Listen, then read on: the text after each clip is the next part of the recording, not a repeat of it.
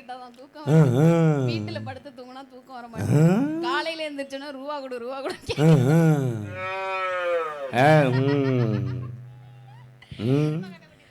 ஆளால புள்ளையாரே தன்னானே நானே அரசரடி நாயகனே தில்லையே ஆளால புள்ளையாரே தன்னானே நானே அரசரடி நாயகனே தில்லையே தன்னானே நானே ஒருதில்லே தன்னானே நானே ஒருதில்லே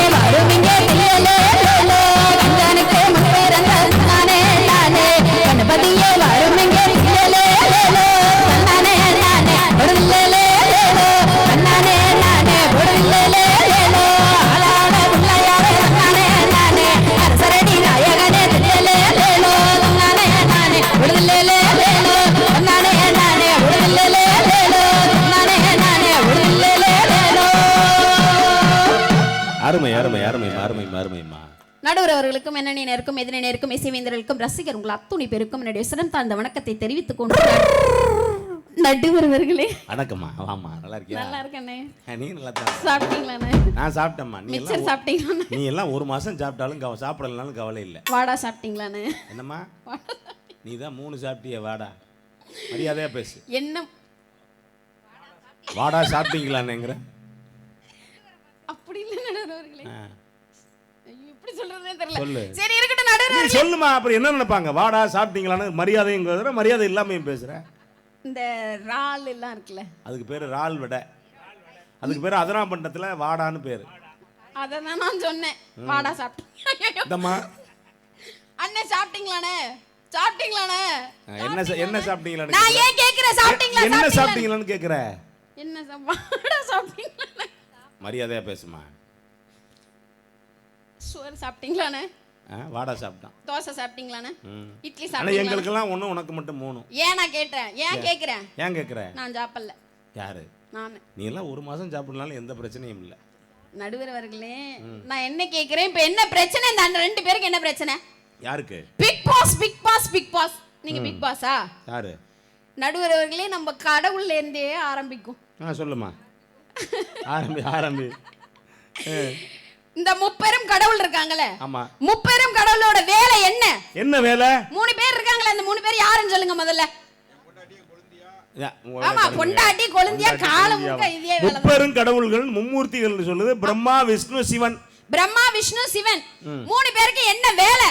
3 பேருக்கும் ஒருத்தருக்கு ஆக்குறது வேலை, ஒருத்தர் அழித்தல், இன்னொருத்தர் அழித்தல். முதல்ல படைக்கணும், அப்புறம் காக்கணும், அப்புறம் அழிக்கணும். இதுதான் 3 பேரோட வேலை. ஆனா படைக்கிறதுக்கான வேலை என்ன? படைக்கணும் அப்படின்னா என்ன தேவை? படைக்கணும், அறிவு தேவை. தேவையில்லை. படைக்கிறதுக்கு அறிவு தேவை இல்லையா? படைக்கிறதுக்கு அறிவு தேவை. படைக்கிறதுக்குன்னா படையல் போடுறதுக்கு கிடையாது. தர்ம. இப்போ ஒரு குழந்தை பிறக்குது. சரி, ஏன் வாயும் சும்மா இருந்துலையாது? ஆமா, இருமா. அறிவாளிக்கும் குழந்தை பிறக்குது. சரி. அறிவு இல்லாதவனும் குழந்தை பிறக்குது. சரி, அதுக்கு அறிவு தேவையா? ஏங்க அது உருவாவதுக்கு இப்ப இயற்கையை வச்சு பேசணும், அந்த மாதிரி பேசக்கூடாது. சரிம்மா, நீங்க அவங்க 7ஆம் அறிவு வந்து பேச வேணாம். எனக்கு தெரிஞ்ச ஏதோ ஒரு அறிவுல நான் பேசிட்டு இருக்கேன். சொல்லுமா. அதனால நீங்க சொல்லுங்க நடுவர் அவர்களே. இப்ப வந்து பிரம்மன் வந்து படைக்கும் தொழில செய்யறாரு. படைக்கிறதுக்கு தேவை என்னன்னா அறிவியல், அறிவு தேவை. சரி. அப்ப சரஸ்வதிக்கு தான் அந்த அது இருக்கு. யாருக்கு? சரஸ்வதி தாய் தான் நமக்கு கல்வி கொடுக்குறாங்க, அந்த யோசிக்கிற திறமையை கொடுக்குறாங்க. அதெல்லாம் எப்படி பண்ணணுங்கிறது செய்யறது யாரு? சரஸ்வதி. அவங்களுடைய மனைவி. யார் மனைவி? பிரம்மனோட மனைவி. சரி. பிரம்மனோட தொழில் என்னவா இருக்கோ அதுக்கு ஆதாரமா இருக்கிறது சரஸ்வதி தேவி. அதுக்கு இதுக்கு என்ன சம்பந்தம்? அவர் படைக்கிற வேலையை பார்க்குறாரு, அந்த அம்மா பள்ளிக்கூடம் நடத்துது. கேட்குறேன். இது அவங்க வந்து இது நடத்துறாங்க. அடுத்து நடுவர் அவர்களே, அடுத்தது காக்கும் கடவுள். ஆமா, காக்கும் கடவுள் பெருமாள் இருக்காருல்ல, விஷ்ணு இருக்காருல்ல, விஷ்ணு காக்கணும். இப்ப நம்ம நல்லா வாழணும், நல்லா இருக்கணும் அப்படின்னா நமக்கு என்ன தேவை? நம்ம நல்லா இருக்கணும்னா பணம் தேவை. பணம் தேவைன்னா அந்த பணம் எந்த கடவுள் கிட்ட இருக்கு? பணம் வந்து லட்சுமி கிட்ட இருக்கு. லட்சுமி யாரோட பொண்டாட்டி? லட்சுமி ஆமா, பெருமாளோட பொண்டாட்டி. எங்க ஊர்ல தொழில் வேணா அவரோட தான் இருக்கட்டும். எங்க ஊர்ல லட்சுமி காந்தி பொண்டாட்டி. அப்படி சொல்ல, நான் கடவுளை பத்தி பேசிட்டு இருக்கேன். ஆமா ஆமா ஆமா. மூணாவது ஒருத்தர் இருக்காரு. யாரு? அழிக்கும் கடவுள். ஆமா. அழிக்கிறதுக்கு நமக்கு என்ன தேவை? அழிக்கிறதுக்கு ஆயுதம் தேவை. ஆயுதமுள்ள சாமி என்ன சாமி? எல்லா சாமிகிட்டயும் ஆயுதம் இருக்கு. இல்ல நடுவர்களே, அழிக்கும் கடவுளுடைய மனைவி யாரு? அது பார்வதி. பார்வதி. இந்த 3 தொழிலையும் செய்யறதுக்கு வேணா அந்த 3 பேர் இருக்கலாம். ஆனா அதை எப்படி செய்யணும், எப்படி எல்லாம் செய்யக்கூடாது, எந்த முறையில செய்யணும்னு சொல்லி கொடுக்கறது அவங்களுடைய மனைவிகள் நடுவர் அவர்களே. அதற்கு ஆதாரமா இருக்கிறது அவங்க மனைவி தான். விண்ணுலகமா இருந்தாலும் சரி, மண்ணுலகமா இருந்தாலும் சரி, நீங்க என்ன தொழில் செஞ்சாலும் அதை எப்படி செய்யணும்னு சொல்றது மனைவிகள் தான். மூல முதல் கடவுள்னு யார சொல்றோம்? விநாயகர். விநாயகர். ஆனா அவருக்கு மனைவி இல்லை, அதனாலதான் மூல முதற் கடவுள்னு சொல்றோம். மனைவி இருந்தா 2வது இடம், 3வது இடத்துக்கு வந்துருவாரு அவரு. அவருக்கு சித்தி புத்தி அது கிடையாதா? சித்தியா? அவருக்கு அது வடக்கமா ஏதோ ஒண்ணு இருந்துட்டு போட்டுருங்க. காக்கும் கடவுளா இருக்கட்டும், அழிக்கும் கடவுளா இருக்கட்டும், படைக்கும் கடவுளா இருக்கட்டும், விண்ணுலகத்திலயும் மண்ணுலகத்திலயும் மனைவி பேச்சை கேட்டு வாழ்றவங்க மனுஷனா இருப்பாங்க. எல்லா இடத்துலயுமே பொண்டாட்டி பேச்சை கேட்டாதான் வாழ்க்கை நல்லா இருக்கும். அதனாலதான் சொல்றேன், மனைவி தான் குடும்பத்தோட பிக் பாஸ். ஆமா நடுவர் அவர்களே, இந்த அண்ணன் வந்து சொல்லும்போது கல்யாணத்துக்கு முன்னாடியே குடும்பத்தை பிரிச்சுறாளுங்களே. நான் என்ன கேக்குறேன், கல்யாணத்துக்கு முன்னாடி ஒன்னு கேள்விப்பட்டியா? என்ன? தசரதருக்கு எத்தனை மனைவி? 60,000. சொல்லு. எனக்கு தெரிஞ்சு 3 பேர் தான் தெரியும். 60,003 மனைவி. 60,003 மனைவி. ஆமா, 3 பேர் நமக்கு தெரியும், மீதி 60,000 பேர் யாருக்குமே தெரியாது. அந்த கணக்கு வேற.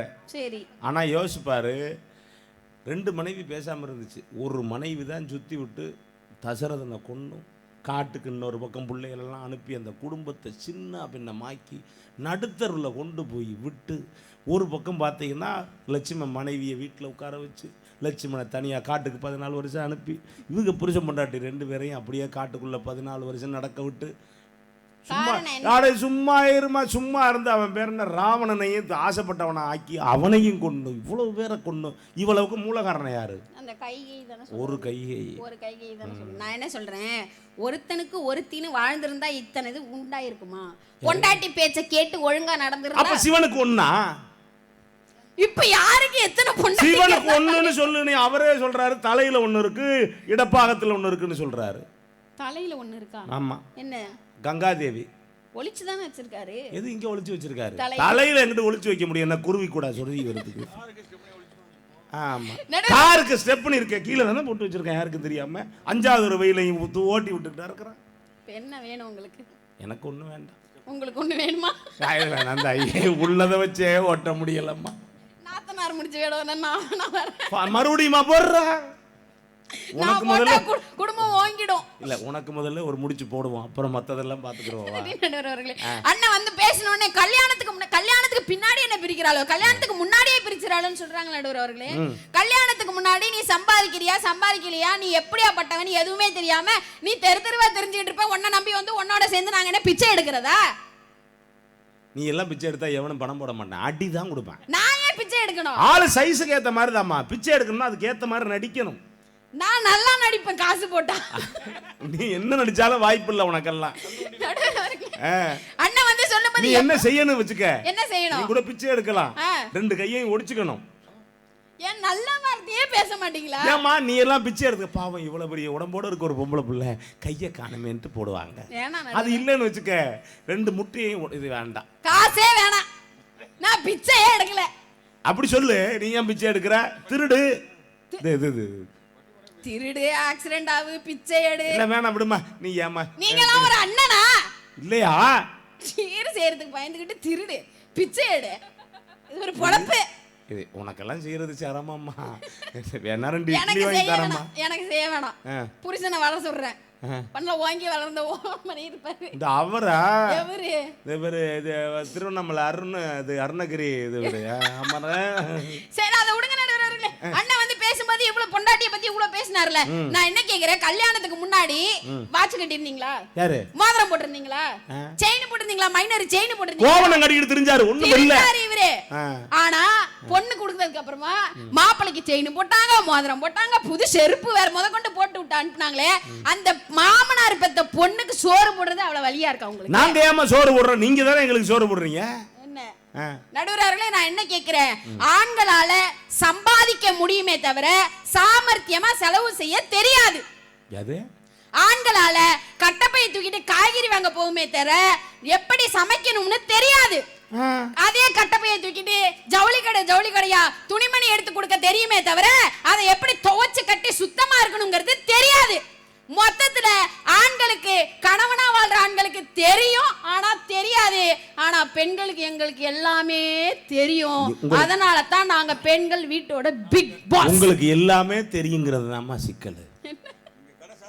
ஆமா, நீங்க கடை சாத்தி இருந்தா ஜாமான் வாங்கிட்டு வந்துருவியா? கடை சாத்தி இருந்தா எங்கால ஏறி குதிச்சு வாங்கிட்டு வருவேன். நான் தான் ஏறி குதிப்பேன். எங்க ஏறி குதிப்ப?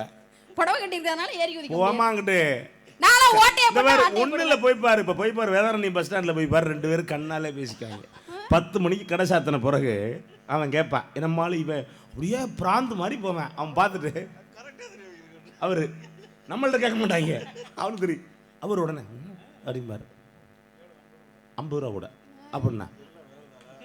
அவன் உடனே அப்படின்னா என்ன 100 ரூபா கூடன்றான் அடுத்த உடனே. இது அவ்வளவு நீங்க என்னங்க பெரிய வந்து கண்ணால பேசுறது. காதலர்கள் என்ன கண்ணால பேசுறாங்க, அவங்கள போய் பாரு, பாதி ஜாமத்துல கண்ணால பேசுவான். நீங்க உங்களுக்கு எப்படி தெரியாது? என்னம்மா உங்களுக்கு எப்படி தெரியாது? எல்லாம் உன்னை மாதிரி ஆளுக்கு இது. ஆமா, நாங்க 12 வேதாரணி பஸ் ஸ்டாண்டை பத்தி மட்டும் கேட்காத, அப்படி ஒரு பஸ் ஸ்டாண்டுமா. ஆமா, இவர் தான் ஒரு தடவை அவங்க ஊர்ல பட்டிமன்றம் கொடுத்தாரு, அந்த மாமனார் ஊர்ல. அப்ப கூட மாமனார் தான் பாருங்க. அவன் என்னதான் பண்ண சொல்ற, பட்டிமன்றம் முடிச்சிட்டு சத்தியமா வேதாரணி இது மட்டும் மறக்க முடியாது எனக்கு. பல ஊர்ல சொல்லியிருக்கேன். என்ன வேதாரணி பஸ் ஸ்டாண்ட்ல ஒரே ஒரு குண்டு பல்ப் மட்டும் தான் எரியும். எரியறது பிரச்சனை இல்லை. ராத்திரி 1:30 மணி சார், மறக்க முடியாது. நம்ம வண்டி எர்டிகா வண்டியில் 7 பேர் உட்காந்துருக்கோம். வெளியில் வந்து 7 பேர் உட்காந்தா கண்ணாடி இறக்கி விட்டு நாங்கள் நடந்த ஜோக்குகள் நினச்சி சிரிச்சுக்கிட்டு இருக்கோம். அது ஆமாம், 2 ஆள் பஸ் ஸ்டாண்டில். அவன் எதை நினச்சி சிரிச்சான்னு தெரியல, பஸ்ஸில் சிரிக்கிறான். சிரிச்சுக்கிட்டு இருக்கையில் அவன் 2 பைத்தியம் போல இருக்கு. இன்னும் 2 ஆள் பஸ் இல்லாத வேதனையில் பேசுகிறான். பாருடா, வெளியில் 2 பைத்தியம் சிரிக்கிறது, காருக்குள்ளே 7 பைத்தியம் சிரிக்குதுங்கிறான். எனக்கு என்னன்னா, காருக்குள்ளே எப்படி என்னன்னு தெரியல எனக்கு. நீ பேசுமா, உனக்கு அந்த நான் என்ன சொல்றேன், உன்னையெல்லாம் பைத்தியம்னு சொல்ல மாட்டான். நடுவர்களே, கல்யாணத்துக்கு முன்னாடி நாங்க வந்து உங்க சொத்தெல்லாம் பார்த்து வரலங்க. மனசு எப்படி இருக்குன்னு நினைச்சுதான் வரோம். ஒவ்வொரு பொண்ணும் கல்யாணம் பண்றதுக்கு முன்னாடி 1000 கணக்குல சுமந்து உங்க வீட்டுக்கு வரா நடுவர்களே. இந்த மாமனோட மனசு மல்லியப்பூ போலே பொன்னானது, போலே பூச்சோடுது, புத்தால குழுமை கூடி வருது, சந்தோஷம் ஒரு கூடி வருது, சொல்ல வார்த்தை இந்த மாமனோட மனசு மல்லியப்பூ போலே பொன்னானது, இந்த வண்ணமை இல்லாத நாள் நீயது போலே பூச்சோடுது.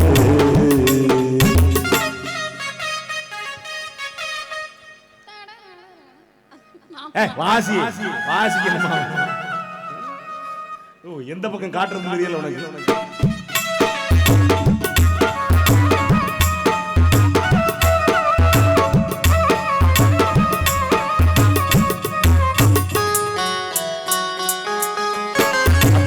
மகளுக்கு கேட்டதை நான் கொடுப்பேன், மனசில் அன்னாடி கிடக்கிற ஆசை நான் கொடுப்பேன்.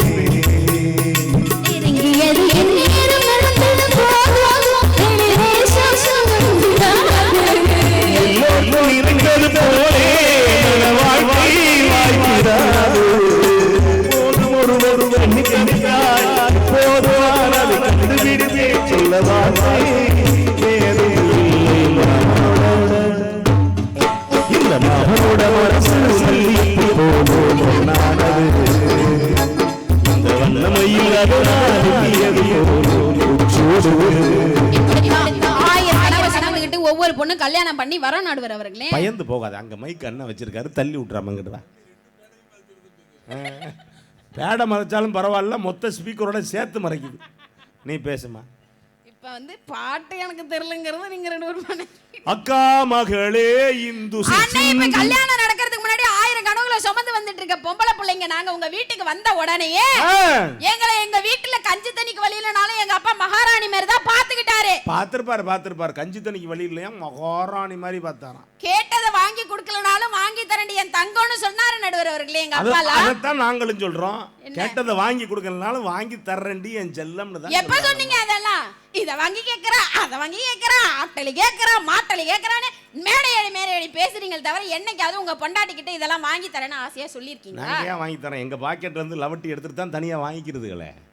உங்க பாக்கெட்லயே வச்சிருந்தா எவ்வளவு லவட்டிட்டு போயிடுவான்னு தான் அதை நாங்க எடுத்துறது. யாரோ நிறைய ஆளு பொம்பளால தான் வாங்கி தின்னுக்கிட்டு இருக்கேன், உனக்கு தெரியாது.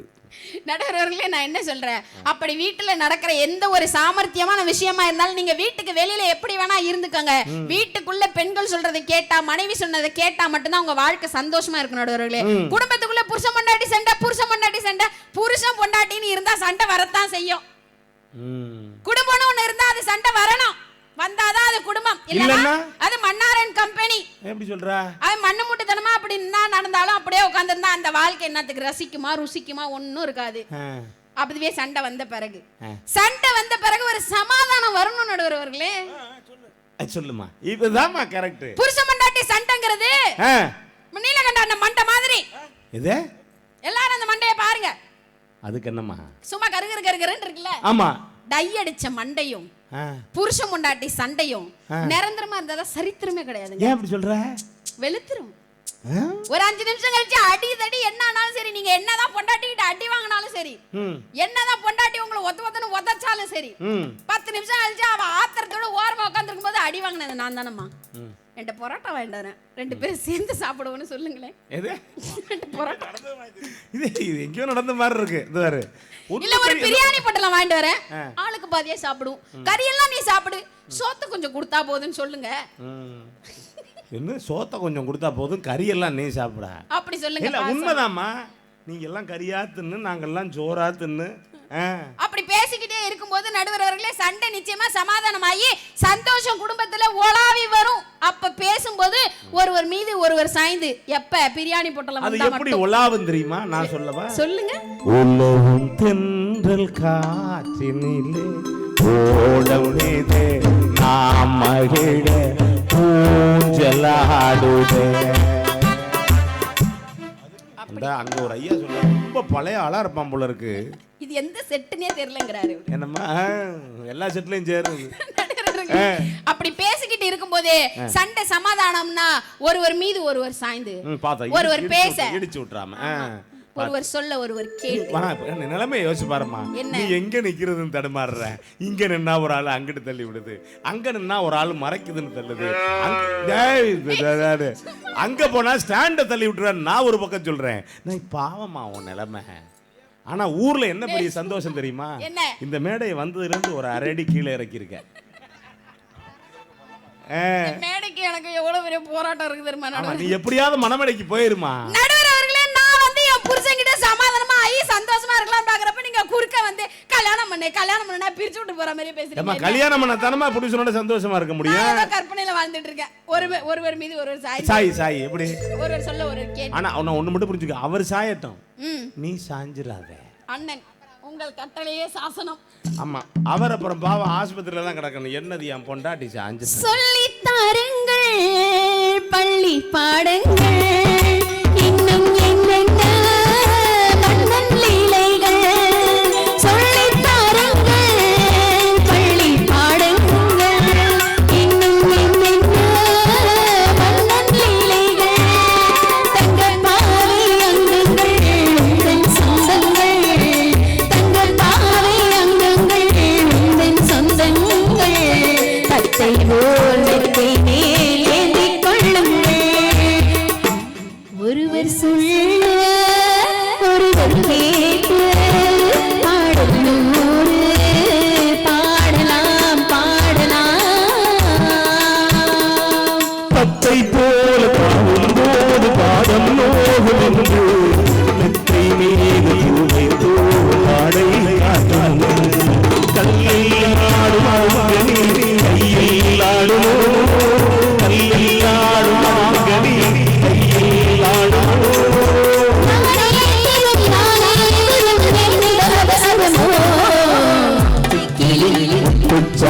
முல்லை கொடியாரோ பாவை பேரில் வரும்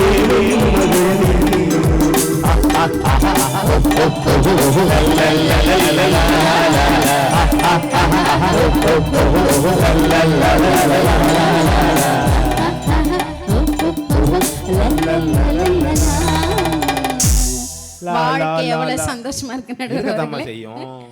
எப்ப பார்த்தாலும் பொண்டாட்டி பிக் பாஸ் ஏன் தெரியுமா சொல்றேன்? ஏம்மா? வீட்டுக்குள்ள எந்த ஒரு பொருள் நீங்க வெளியில பாங்க சாவியை சுத்திக்கிட்டு இப்படி தெரிஞ்சுக்கிட்டு எவ்வளவுதான் கெத்தா திமிரா இருந்தாலும் கூட படியை தாண்டி உள்ள வரும்பொழுது அடக்க உடக்கமா வீட்டுக்குள்ள வரணும். ஆமா. ஏன் ஏன் ஏன் தெரியுமா? கையில இருக்கிற சாவி உங்க கையில இருக்கிற வரைக்கும் நீங்க பெரிய ஆளு. அந்த கையில இருக்கிற சாவி எப்ப படியை தாண்டி வீட்டுக்குள்ள வருதோ அது எங்க இருக்கும், எப்படி இருக்கும், எந்த நேரத்துல எடுக்கணும்னு எல்லாத்தையும் முடிவு பண்ண வேண்டியது யார் தெரியுமா? ஒண்ணு புரிஞ்சுக்க. இப்ப 2 நாய் இருக்கு. 2 நாய் இருக்கு. ஒரு நாய் ஒரே வீட்டை சுத்திக்கிட்டே இருக்கும். சரி.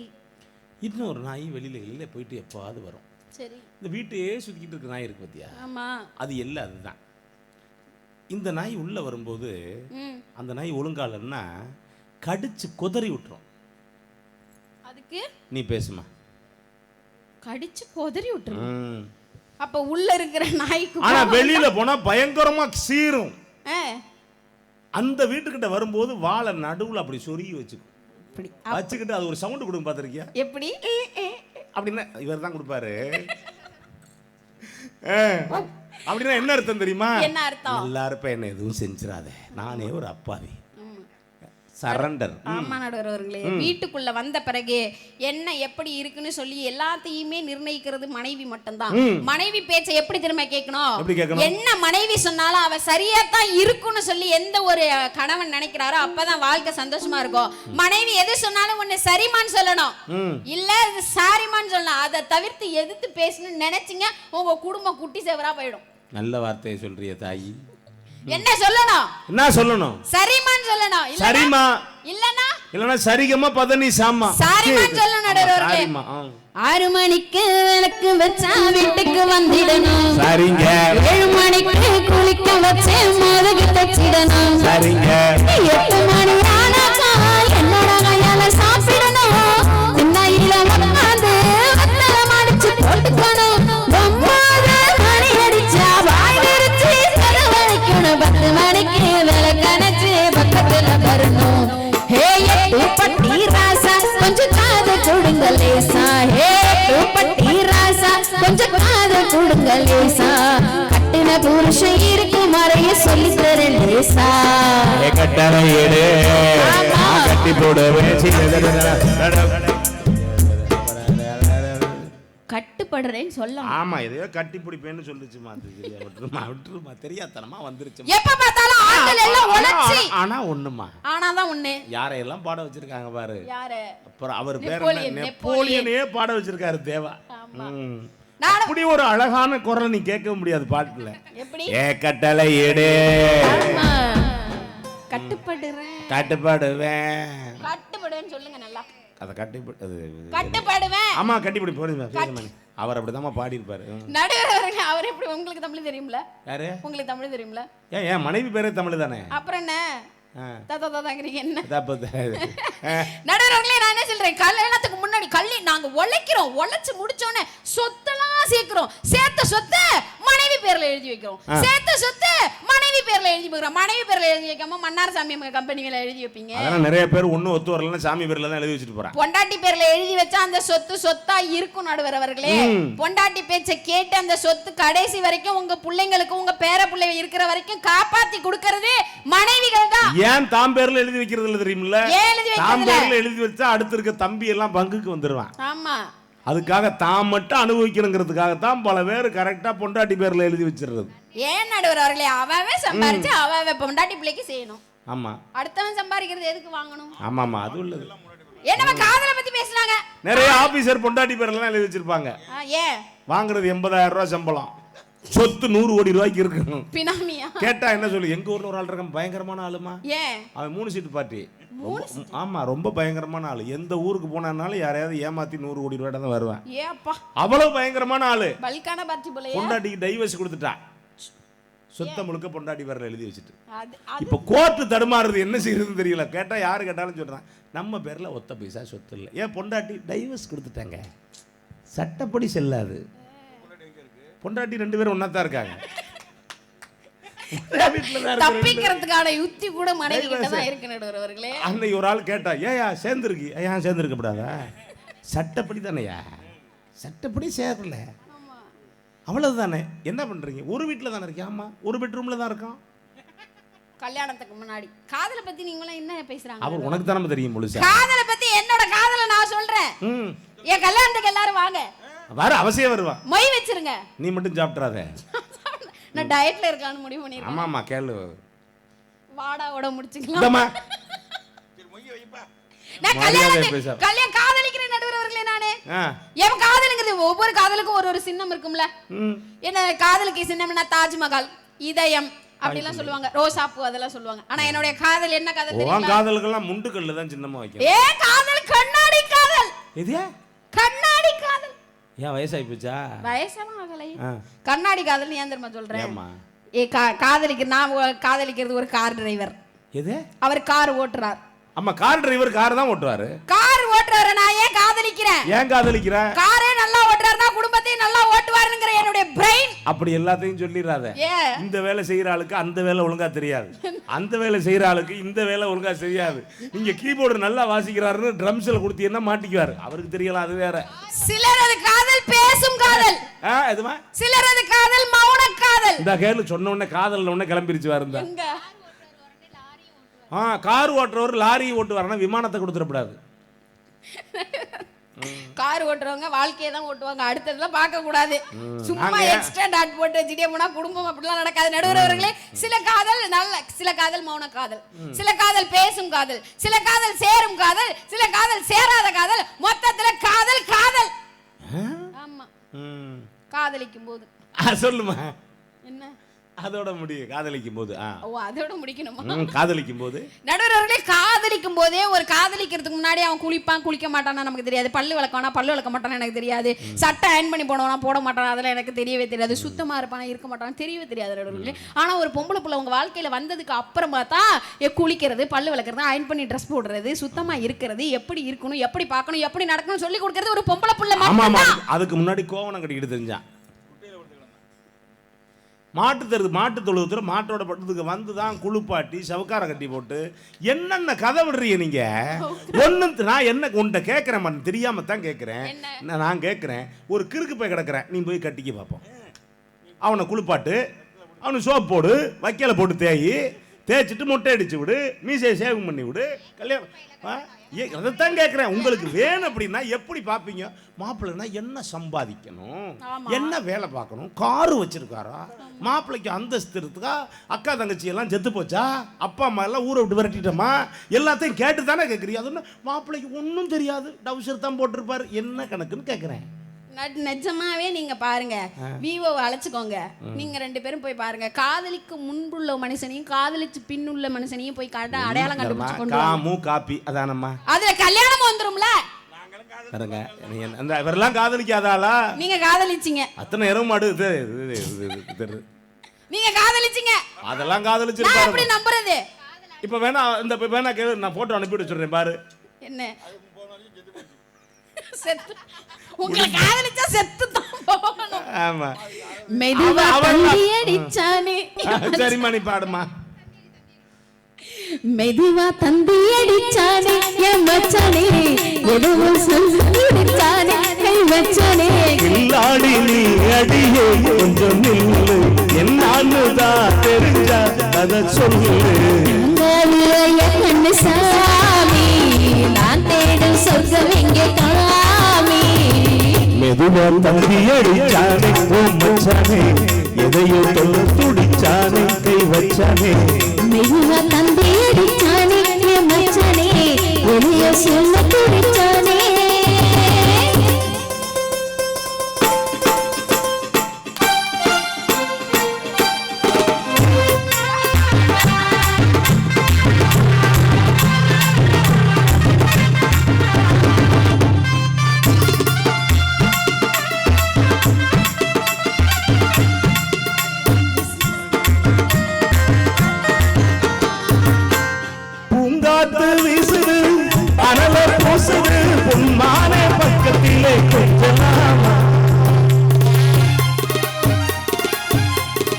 தாங்காத வேளையில் தவிக்கும் ஆசையில் என்னோடு சேர்ந்து கொஞ்சம் கொஞ்சலாமா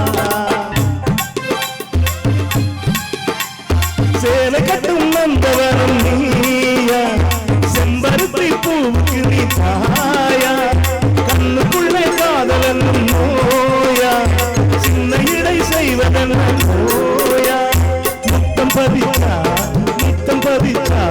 நோய் முழுக்க தீர்ந்து விடுவா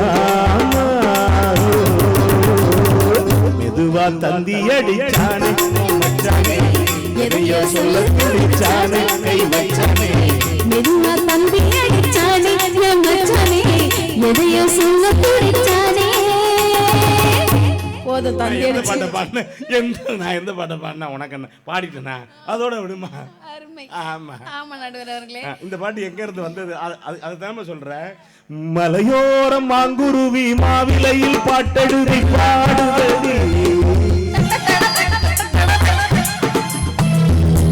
ஆமா மெதுவா தந்தி அடிச்சாரு எப்படி வரும் அப்படித்தான் வருமா சரிம்மா போற போக்குல தந்தி அடிச்சுட்டு தாலி கட்டிட்டு போயிட்டே இருக்கணும் நம்ம டானி மாதிரி நடுவர்களே இப்ப என்ன ஆகவே நான் என்ன சொல்ல வரேன்னா கல்யாணத்துக்கு பிறகு கல்யாணம் பண்ணும் பொழுது ஃபாரின்ல இருக்கிற மாப்பிளைக்கு கல்யாணம் பண்ணி கொடுங்க ஃபாரின்ல இருக்கிற மாப்பிளை கல்யாணம் பண்ணுங்க நல்லா சம்பாதிக்கிறாரு அப்படின்னு நினைச்சு கல்யாணம் பண்ணி கொடுக்குறாங்க நடுவர் அவர்களே கல்யாணம் பண்ணி கொடுத்த பிறகு ஒரு பையன் தான் குடும்பத்துக்காக தான் அக்கா தங்கச்சிக்காக அக்கா பெத்த பிள்ளைங்களுக்காக எங்கேயே போய் கஷ்டப்படுறாருன்னா ஒரு நியாயம் இருக்கு ஆனா எங்கோ பிறந்து எங்கோ வளர்ந்து எங்கோ உறவாடி உங்களை மட்டுமே நம்பி இருக்கிற ஒரு பொண்ணு உங்களையே நினைச்சு இங்க கஷ்டப்படணும்னு என்ன அவசியம் இருக்குங்க நீங்க எல்லாம் வெளிநாட்டுல போய் சம்பாதிக்கிறீங்கன்னா அதுக்கு காரணம் என்ன தெரியுமா தன்னுடைய மனைவி தன் குடும்பத்தை நல்லா பார்த்துப்பா அப்படின்ற ஒரு நம்பிக்கையில தான் நீங்க வெளிநாடு போய் சம்பாதிக்கிறீங்க நடுவர் அவர்களே அதனால தான் சொல்றேன் எந்த வகையில் பார்த்தாலும் வீட்டில் மனைவிகள் பிக் பாஸா இருந்தா மட்டும்தான் உங்களுடைய குடும்பம் சந்தோஷமாக இருக்கும் என்ற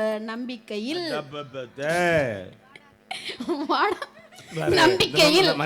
நம்பிக்கையில் வாடா சாப்பிட்டமா இல்ல நடுவர் அவர்களே சாப்பிடலங்கிறது அப்ப ஞாபகம் வந்துட்டு இருக்கு ஆகவே நடுவர் அவர்களே 100 ஆண்டு காலம் நம்ம புகழ் வாழணும் ஏ ஆசராசா நீங்க எனையாளணும் வள்ளுவனி வாசுகிய போல் வாழணும் வாழ்க்கையில எனக்கு நல்ல துணையாகணும் உன்னை கட்டிக்கிறேன் ஐயா எனக்கு புருஷனா நீ இருக்க வேணும் ஐயா எனக்கு அரசனா உன்னை நெஞ்சில நினைச்சு மஞ்சள் குளிச்சு மஞ்சள் வாழுறேன் எப்பதான் வருவீங்க உள்ளம் ஏங்குது அந்த ஒரு நொடிக்காக உசுறு வாழுது எப்பதான் வருவீங்க உள்ளம் ஏங்குது அந்த ஒரு நொடிக்காக உசுறு வாழுது மச்சான் மச்சான் மச்சான் மச்சான் ஆசம் மச்சானே இந்த அழகு மேல பேசும் மச்சேனே ஆசை மச்சான் வாங்கி தந்த மல்லிகைப்பூ காணாமத்தான் கண்டதம்மா புல்லரிப்பு ஆசை மனச தூண்டி அதை மறந்து பார்க்க தோணும் தான தந்தன நானா தன தான தந்தன நானா மாரியம்மா வெற்றியம்மா சேர்ந்தது என் மாமனுக்கு செய்து சொல்லி பாடி ஆசை மச்சான் நல்லதொரு தீர்ப்பு எங்க பக்கம் வழங்குவீங்கள் என்று சொல்லி வாய்ப்பளித்தமைக்கும் வாய்மொழியும் கேட்டமைக்கும் நன்றி பாராட்டி விடைபெறுகிறேன் நன்றி வணக்கம் அருமை அருமை